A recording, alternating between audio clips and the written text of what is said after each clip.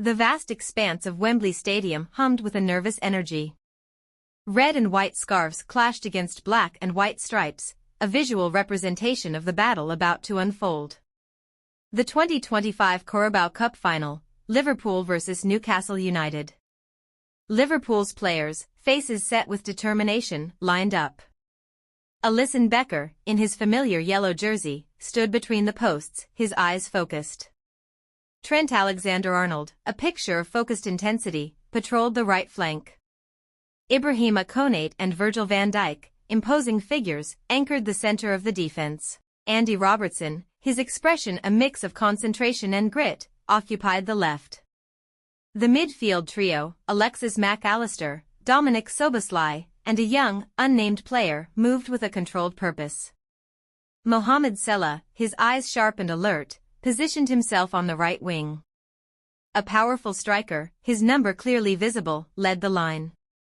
Luis Diaz, his movements fluid and unpredictable, waited on the left.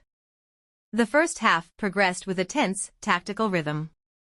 Liverpool's possession dominance didn't translate into clear-cut chances. Salah was marked tightly, his usual bursts of speed curtailed.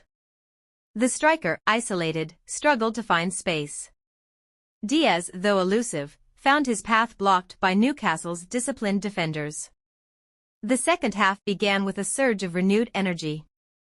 Liverpool pressed higher, their movements more urgent. Alexander-Arnold's crosses became more frequent, testing Newcastle's aerial defense. Szoboszlai's runs became more dangerous. Then, a sudden shift.